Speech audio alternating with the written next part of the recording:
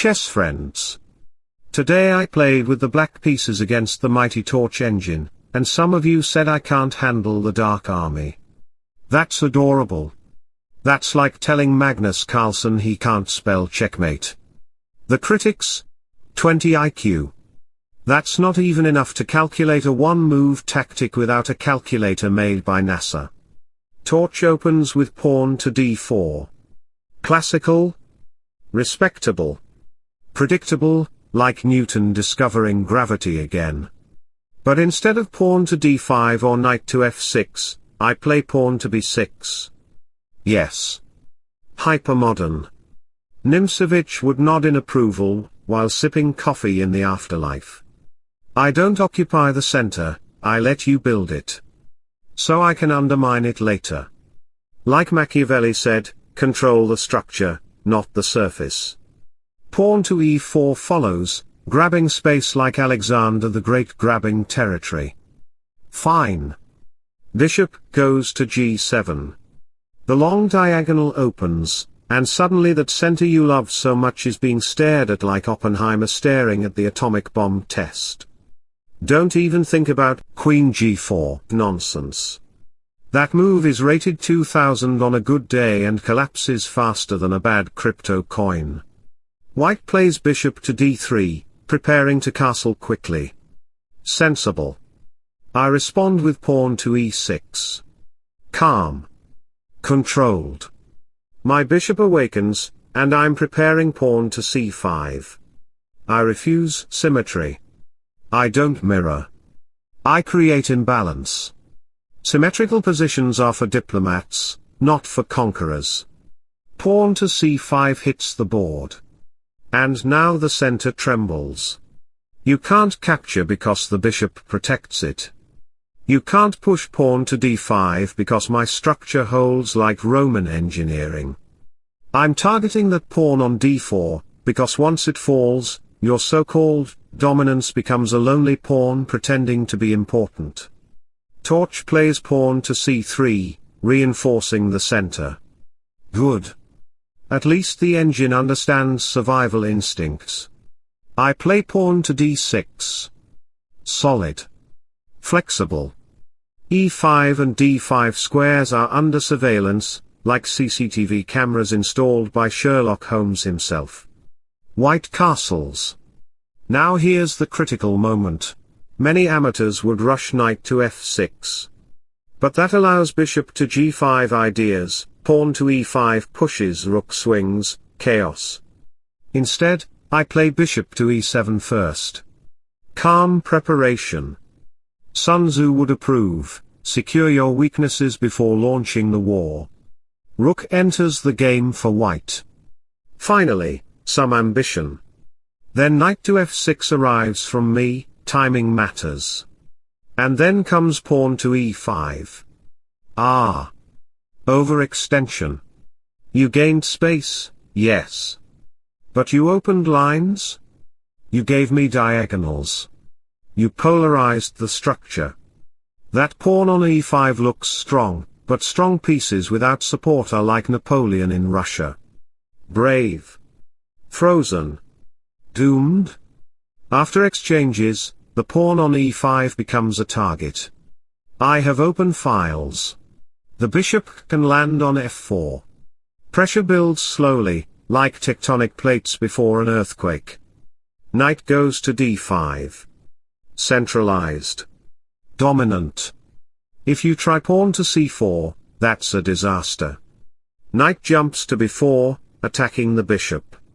When the bishop retreats, queen takes queen can happen, and after recapture, some players fantasize about bishop take f3. Oh, maybe there's knight to c2. They think. Cute calculation. But pawn takes bishop from g2 exists. Reality exists. Physics exists. This isn't Marvel, pieces don't teleport. The real venom is knight to d3. That move hits everything. Bishop forced to a4 to hold things together. Knight to c6 reinforces. Rook to d1 attacks my knight. Fine. I castle long. King safe. Rook connected. And your pieces congested. Three of them staring at each other like confused philosophers debating free will. You can capture the knight? Go ahead. It changes nothing. After recapture on d3, threats explode. Pawn on e5 collapses. Knight on f3 becomes unstable. Bishop cannot land on f4 because protection is layered like Tesla's engineering blueprints. Eventually knight takes e5 will happen. And when that pawn disappears, your central empire falls like the Berlin Wall. Initiative shifts. Structure weakens. And suddenly the engine that thought it was calculating infinity is defending basic tactics. So let's be clear, pawn to c4 in that position. Bad move. Not slightly inaccurate. Not interesting. Bad. Because it activates my knight, opens tactical sequences, and accelerates your structural decay. So queen goes to e2 from torch, eyeing that bishop to b5 check idea like it's some kind of grand revelation. Relax. I saw it 10 moves ago. My knight is sitting on d5 like a Roman general occupying high ground, so I calmly play pawn to a6.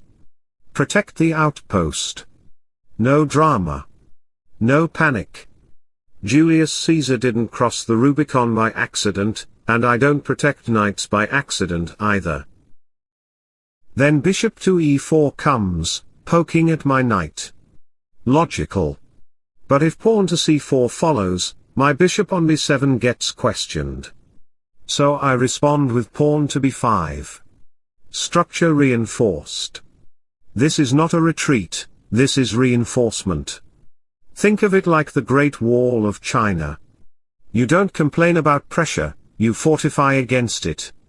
Torch plays pawn to b3, clearly obsessed with c4. Meanwhile that pawn on e5 is irritating, yes. My pawn structure isn't pretty. It looks like modern art painted by someone confused. But ugly positions win games when they're coordinated. So I strike with pawn to c4. Yes, I sacrifice it. And no, I'm not nervous. Mikhail Tal sacrificed pieces for initiative, I sacrifice pawns for structural collapse. Torch captures on c4. Congratulations. But now look at that pawn on c3, split, isolated, fragile. That pawn is like a politician caught in a scandal, exposed from every angle. Queen to a5 will attack it. Rook to c8 will attack it. Knight will attack it. So I play knight to d7. Quiet move. Deadly intention. Rook to c8 is loading like Oppenheimer preparing Trinity. Queen to d4 appears. Fine. I play knight to c5, hitting the bishop. Some players might capture the knight. That's playable. Normal. The game continues with knight to d2 ideas. Balanced? But torch retreats the bishop instead. Why? Because the dream is clear, castle, aim at h7, queen to h4, knight to g5, rook lift with rook to e3 and g3. A classic attacking blueprint. This is Chess Manual Chapter Kingside Assault for Optimists. So I respond with queen to a5. I attack the weak pawn. I dominate the 5th rank. Rook to c8 is coming. Pressure builds like tectonic plates before an earthquake. Now suppose queen goes to g4. Should I castle short into two active bishops staring at my king like predators? Absolutely not. That's not bravery, that's stupidity. Instead, I play pawn to h5, hitting the queen first. Always ask questions before answering them. Sun Tzu would smile. And now comes the temptation, queen takes g7. Go ahead. Be greedy. If queen captures on g7, I castle long. Suddenly your queen is behind enemy lines with no passport. She has two squares, queen to g3 or queen takes f7. If queen takes f7, rook to f8 arrives instantly. Open file. Direct pressure. Your queen's squares shrink like a collapsing star. She can go to g7 or g6, both miserable. I calmly move queen to d8. My pieces control f5, g4, g5. Your queen is boxed in like a chess piece in a Kafka novel, trapped by invisible logic. If instead queen goes to g3, I play rook to g8. Pressure increases. And now comes the thunderbolt, rook takes f3. Exchange sacrifice. Pure engine venom. After queen takes rook, knight to b4 opens the diagonal for my bishop and attacks c2 simultaneously. It's like Nikola Tesla turning on alternating current, suddenly everything lights up and burns at the same time. You think queen to d1 saves you. King escapes to f1, bishop protected. Cute. Then rook takes g2. If queen to g8 shows up with threats, I have rook takes f2 check ideas and queen to g2 follow-ups. The coordination collapses faster than the Soviet Union in 1991. After bishop to e3 trying to defend, I play rook takes f2 anyway. Forced capture? Then queen to g2 check. King steps forward. Bishop to f3 check. The king is driven onto dark squares like Shakespeare writing the final act of a tragedy. Bishop to g5 check follows. Position shattered. Mate incoming. Clean execution. So queen to g3. Disaster. Queen takes f7. Even worse. Another attempt, bishop to d1 first, then queen to c2. Defensive reshuffle. But look at the board. My knights dominate the center like two black holes bending spacetime. My bishop is a silent sniper. Rooks are active. Your pieces are passive. Initiative belongs to me. And that's why, instead of rushing, I calmly play rook to f5. Quiet. Precise. It blocks the diagonal, stabilizes everything, and prepares doubling. This isn't flashy tactics for YouTube thumbnails. And don't forget the knight on c5. It threatens to jump to d3 at any moment, forking ideas, hitting rooks, disturbing harmony. Every square is controlled. Every tactic is layered.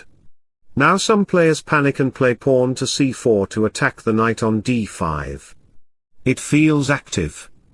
It feels necessary. But after knight to b4, pressure increases on d3 and the knight. If bishop to e3 follows, trying to chase my knight, I play rook to g8, attacking the queen again. Relentless? Like Magnus Carlsen squeezing an equal position until it isn't equal anymore. When the queen slides away, I unleash rook takes f3. Sacrifice. Precision? After you capture, bishop takes f3. Now the pawn on g3 is forced, and knight to d3 jumps in, attacking the rook. The position isn't just worse, it's strategically collapsing. Now you have two moves. Rook to f1 or knight to d2. If rook to f1, I play bishop to e4, hitting the queen on h7. If queen takes h5 in desperation, rook to h8 attacks the queen and the pawn simultaneously. The queen has almost no squares. And no matter where she goes, rook takes h2 follows. Another exchange sacrifice. Why? Because queen to h8 runs into a diagonal squeeze from the bishop. The geometry is suffocating. The king is unsafe. The structure is shattered. Game over. This isn't chaos, it's calculated destruction, like Bobby Fischer dismantling defenses move by move. So rook to f1 fails. The other try is knight to d2, reinforcing the rook. Sensible. But then rook to h8 hits the queen again. The initiative never stops. Soon bishop to g4 appears. Knights get exchanged. And when the smoke clears, I have two minor pieces against one. Superior coordination. Better structure. Winning position. So let's rewind to the critical moment. After I played rook to f5, calmly blocking the queen's diagonal like a grandmaster shutting a door in your face, white tried pawn to c4, attacking the knight. Logical. Direct. Human. But humans forget one thing: when you attack a centralized knight, you must calculate where it lands. Another idea for white was bishop to c2, hitting the rook and pressuring the knight indirectly. Looks principled. But it fails tactically because I can capture the knight on f3, and then swing rook to g8. Suddenly the g file opens, your king feels wind pressure, and the coordination collapses. It's like pulling one brick from a Jenga tower, gravity does the rest. So we established queen takes g7 is bad. That's off the table. White instead plays queen to g3, trying to stay flexible.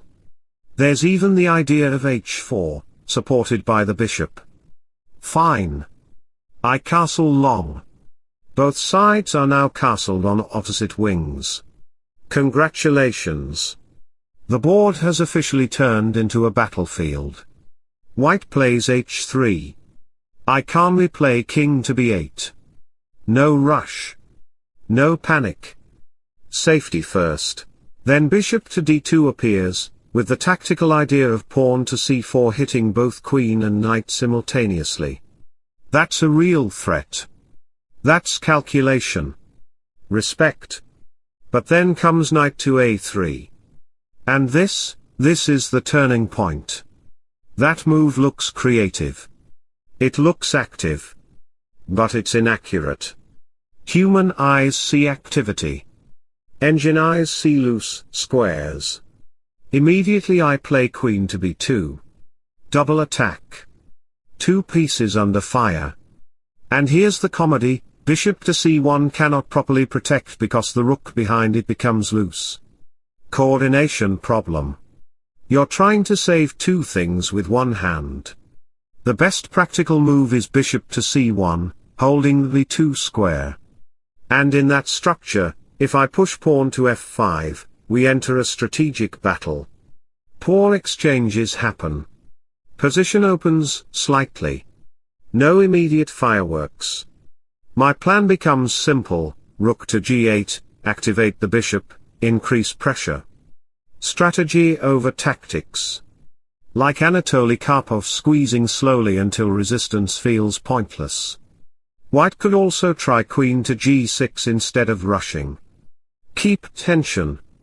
Play knight to d7 ideas from my side, bishop to e3 from yours. Even knight to a3 again with improved timing. Bishop to c5 might follow. Then rook to f1. Calm moves. Positional chess. No explosions. The game could drift into maneuvering territory. But in the actual game, Torch went for knight to a3 immediately. And that gives me queen to b2 again, attacking both pieces. White plays rook to b1, grabbing the open file. Smart resource.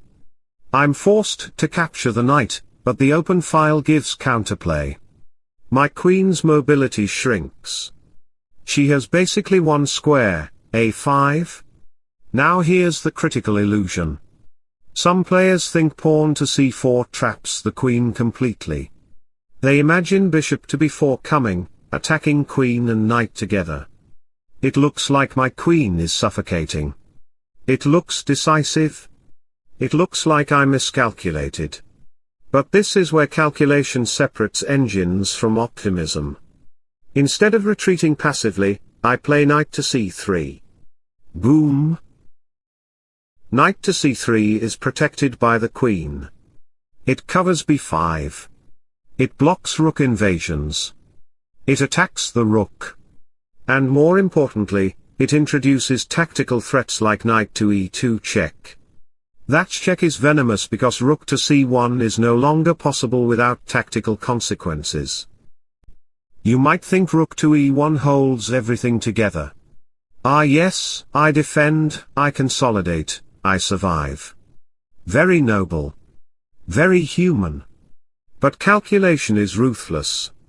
After bishop takes f3, queen takes f3, rook takes d2 lands on the board. And suddenly, surprise, you forgot about the rook. You were so focused on saving one piece that the back rank artillery quietly invaded. The very bishop that was dreaming of trapping my queen. Gone. Just like that. This is why tunnel vision loses games. So we return to the core position. We already established that pawn to c4 creates vulnerabilities. That's why Torch plays knight to d4 instead. Good move. Solid. It protects the bishop and prepares knight to b3 ideas. There's also the tactical shot knight to c6 in some lines because of the pin, that can create real discomfort. So yes, knight to d4 is respectable. Finally, some discipline. At this moment I even considered king to a8. Quiet king move. Prophylaxis. Remove back rank tricks. Secure everything. The square b3 is already well controlled by my knight, so structurally I'm safe. The best move for white here is probably knight to b3, reinforce, improve coordination, reduce tactics. But Torch plays pawn to c4. And that is the turning point. Because now comes knight to c3. Marvelous move. Direct attack on the rook. Active. Concrete. If you capture the knight, queen takes c3 hits both minor pieces instantly. Double attack. Geometry wins again. Suppose you try to save the rook with rook to e1. My rook on d8 already controls the file. The minor piece's coordinate. Then comes pawn to f5, deflection. You can't comfortably maintain protection. If you exchange, bishop takes f6 ideas appear, destabilizing the knight. If queen to f4 tries to stabilize, careless pawn to g5 is nonsense because queen to e3 exists. Precision matters. The correct idea instead is queen to b2, pressure everywhere. Look at that position carefully. Queen to b2 attacks multiple targets and aligns with tactical threats on the knight. After I capture on d4 in the right moment, knight to e2 check becomes lethal. Forks everywhere. The king and queen get hit together. This is not an accident. This is pattern recognition built on thousands of engine evaluations. Even if rook goes to c1 to protect the bishop, I repeat the motif. Rook takes d4, queen takes d4, knight to e2 check. Fork. No matter how you rearrange the furniture, the house is still on fire. Now comes the dramatic moment. The rook is under attack, and Torch chooses to sacrifice the rook on b7. Bold. Spectacular. The kind of move that gets YouTube thumbnails with red arrows and shocked faces. But here's the key. I don't have to capture it. If I greedily take that rook, queen to f3 check appears. Then knight to c6 check ideas start raining down. If king to c7, queen to c6 check forces retreat. Suddenly white has activity. Suddenly the sacrifice has poison. So no, I don't grab material blindly. That's amateur greed. This is high-level calculation. Instead, the more precise continuation involves ignoring the bait, and striking in the center, even considering sacrificing on d4 at the right moment because knight to e2 fork tactics are lurking. That knight jump is the backbone of everything. It's like Bobby Fischer's famous quote, "Tactics flow from a superior position." Here, the superior coordination makes every fork possible. White might try queen to f3 after exchanges. Then rook takes c4, hitting the bishops. Pressure multiplies. Rook to b1, rook to b8, bishop to b3, fine. The board becomes dynamic. But I'm not afraid. I captured that bishop, and now I have 2 minor pieces for 1. Simple math. Superior coordination. Slowly but surely, I am converting, targeting the pawn on f2 with my rook. No rush. Just pressure. Then comes the clean move, queen to b2. Centralized. Active. Toxic. If you dare to capture my queen, there is rook to f1 check. It may not be instant mate, but it creates chaos you cannot untangle. So instead, rook to g1 appears. I respond with rook to d2, attacking the rook and the pawn at the same time. You cannot save the rook with rook to e1 because tactics still collapse your position. The queen moves back, I capture with check, and a few moves later rook to e2 arrives, preparing rook to e1 checkmate ideas. You are forced to capture. I recapture. And now look at the endgame, but knight versus bishop, and my knight is superior. The structure favors me. The activity favors me. The evaluation favors me. Completely winning. Torch resigns? Next time, before arguing in the comments that I cannot play with black. Maybe calculate first. If you enjoyed the game, like the video, subscribe to the channel, and I'll see you in the next one. Take care.